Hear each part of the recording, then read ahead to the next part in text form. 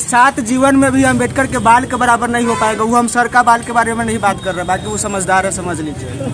आज प्रदर्शन का उद्देश्य क्या है? देखिए, गृह मंत्री और भारतीय जनता पार्टी के नेता अमित शाह जी जिस तरह से सदन में बाबा साहब भीमराव अंबेडकर पर अभद्र टिप्पणी करने का काम किया, उसी के खिलाफ हम लोग छात्र राष्ट्रीय जनता दल पूरे बिहार में और इसी कड़ी में मुजफ्फरपुर में आज हम लोग ये धरना प्रदर्शन और थोड़ी देर में पुतला दहन करने का काम करेंगे। छात्र राष्ट्रीय जनता दल का यही मांग है कि जब तक अमित शाह सार्वजनिक रूप से माफ़ी नहीं मांगेंगे तब तक छात्र राष्ट्रीय जनता दल चरणबद्ध आंदोलन जारी रखेगी।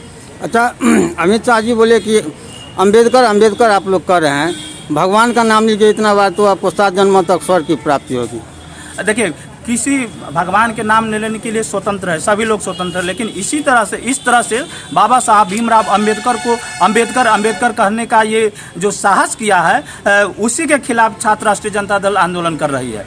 मैं किसी के भावना को आहत नहीं करना चाहता, लेकिन ये जिस तरह से अमित शाह जी अंबेडकरवादियों को, देश के जनता को जिस तरह से भावना आहत करने का काम किया है, उसी के खिलाफ ये पूरा देश जो है आंदोलन के मूड में है और पूरा देश जो है रोड पर उतर आई है। जब तक ये अमित शाह जी जो तारीपार है, वह जिनको कोर्ट ने देश बदल करने का काम किया था, वो अमित शाह माफ़ी नहीं मांगेंगे तब तक राष्ट्रीय जनता दल इसके लिए चरणबद्ध आंदोलन जारी रखेगा। अमित शाह जो बोला है मेरे बयान को तोड़ मरोड़ के पेश किया गया। अमित शाह जी का बयान को कौन तोड़ मरोड़ करके पेश कर सकता है, क्योंकि वह गृह मंत्री तो खुद है, सारा पावर उनके पास है। वो पूरे सदन में बाबा साहब के ऊपर इस तरह का टिप्पणी करने का काम किया है और झूठ बोलने का काम, एक तो अंबेडकर साहब को अपमान करने का काम करते हैं और दूसरी तरफ से वह झूठ बोल करके देश की जनता को गुमराह करने का काम करती है।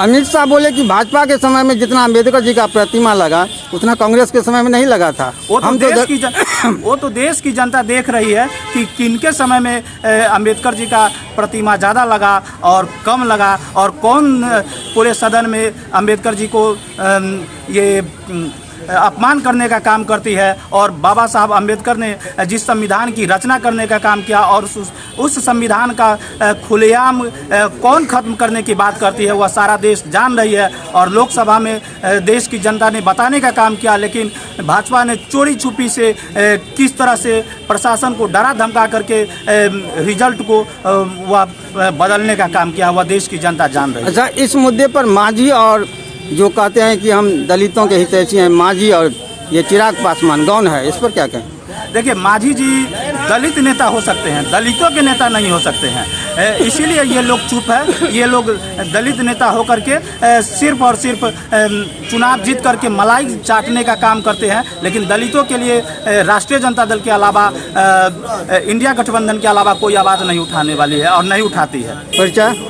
अमरेंद्र कुमार, प्रदेश उपाध्यक्ष, छात्र राष्ट्रीय जनता दल बिहार। ये अमित शाह जी का बयान से क्या दलितों को अपमान हुआ है? क्या अमित शाह के बयान से पूरे देशवासियों का अपमान हुआ है? ये ऐसा बयान सदन में बयान देना, अंबेडकर चिल्लाना, ये जो समझिए देश तो संविधान से चलता है, ठीक है, हर आदमी स्वतंत्र है अपनी बातों को रखने के लिए, लेकिन ये जो सदन में इन्होंने जो अपमान किया, पूरे देश वाले को अपमान किया, पूरे देशवासी को अपमान किया, उनको पूरे सदन में सार्वजनिक तौर पे उनको माफ़ी मांगना ही पड़ेगा। और जब तक वो माफ़ी नहीं मांगे तब तक छात्र राष्ट्रीय जनता दल मुजफ्फरपुर से लेकर यहाँ से लेकर सदन तक घेराव करने का काम। वो अपने 7 जीवन में भी अम्बेडकर के बाल के बराबर नहीं हो पाएगा। वो हम सर का बाल के बारे में नहीं बात कर रहे, बाकी वो समझदार है, समझ लीजिए।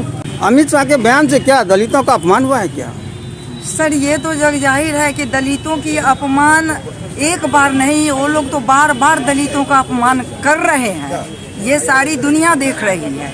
लेकिन जिस तरह से जो अंबेडकर जी हमें हक दिया है, अधिकार दिया है, या हम वोट गिराने का अधिकार कहें, या अपनी बातों को रखने का अधिकार कहें, या शिक्षा की अधिकार कहें, अधिकार की जहां सवाल उठता है वहां पर अंबेडकर जी की नाम आती ही आती है। इससे छूटे कोई लोग नहीं है। और ऐसे व्यक्ति को अगर भरे सदन में अगर अपमान किया गया है तो इसकी जितनी भी निंदा की जाए वो उतना कम है। उनको तो इस पर जरूर माफी मांगना चाहिए। लेकिन अमित शाह जी तो कह रहे हैं कि हम ऐसी बात नहीं बोले हैं, तोड़ मरोड़ के पेश किया गया है। देखिए, होता ऐसा है कि चोर कभी ये नहीं कहता है कि हमने चोरी किया है, पकड़े जाने के बावजूद भी वो कहता है कि हमने चोरी नहीं किया है। तो गलती करने वाले अगर गलती को स्वीकार कर लें तो आज देश में जो इतनी घटनाएं घट रही है, जो अपराध बढ़ रहा है, ये अपराध नहीं बढ़ता अगर गलती करने वाले महसूस करते कि हमने गलती किया है। वही काम उन्होंने किया है, गलती करने के बावजूद भी कहते हैं कि हम तो ऐसा कुछ नहीं बोले हैं, हम पर आरोप लगाया जा रहा है। अच्छा, भाजपा वाले भी प्रदर्शन कर रहे हैं जो अंबेडकर जी का अपमान किए हैं कांग्रेस। देखा जाए, देखिए होता ऐसा है कि जब हमारी गलतियां सामने आती है तो चोर चोर मौसेरा भाई वाला कहानी हो जाता है। वो जनता को ये दिखलाना चाहते हैं कि हमारे ऊपर जो जनता आरोप लगाएगी, बीजेपी वालों पर जो जनता आरोप लगाएगी, वो आरोप से हम वंचित हो जाएंगे। क्योंकि इसके खिलाफ में हम लोगों ने भी आंदोलन किया है, यह कहने का उनको मौका मिलेगा, इसलिए वो आंदोलन कर रहे हैं। सच्चाई यही है जी।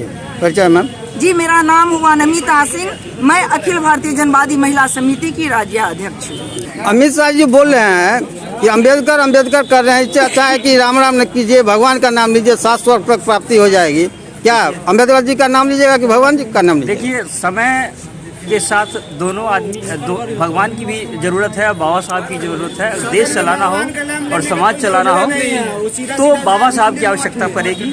वहीं अगर आपको परमात्मा पे भरोसा है तो परमात्मा का नाम लेते हैं। दोनों की आवश्यकता है, दोनों का काम अलग अलग है, दोनों की कार्य अलग अलग है, इसलिए जगह जगह पे दोनों का कार्य है। और जिस लोकतंत्र के मंदिर में लोकतंत्र की हत्या भारतीय जनता पार्टी के सीनियर लीडर केंद्र अमित शाह जी ने करने का काम किया, जो बाबा साहब संविधान दिया, लोकतंत्र दिया, लोकतंत्र के मंदिर दिया, प्रथम संविधान सभा के अध्यक्ष बने, कानून मंत्री देश के बने, वैसे व्यक्ति को जिन्होंने एक आम आवाम और दबे कुचले को गांव से लेकर के सदन तक अपने संविधान के तहत भेजने का काम किया, वैसे व्यक्ति को आज उन्होंने क्या कहते हैं कि धज्जी धज्जी उड़ाने का काम किया है। इसीलिए मैं छात्र राष्ट्रीय जनता दल मुजफ्फरपुर की ओर से ये कहता हूँ कि उनको सार्वजनिक रूप से, सार्वजनिक तौर से माफ़ी मांगनी चाहिए, क्योंकि ये आम आवाम और देश के बहुजनों के मसीहा पे सवाल खड़ा हुआ है। और जब भी मसीहा पे सवाल खड़ा होता है तो कहीं ना कहीं ये निरंकुश शासन देख रहे हैं आप, निरंकुश शासन एकदम निरंकार हो गया है। समझ में नहीं आ रहा कि क्या कर रहा है। कभी संविधान बदलने की बात कर रही है, कभी बाबा साहब की बात कर रही है। देखिए, मंदिर में मस्जिद ढूंढा जा रहा है और मस्जिद में मंदिर ढूंढा जा रहा है। इनके सरकार में न कि कोई काम होता है, न कार्य होता है।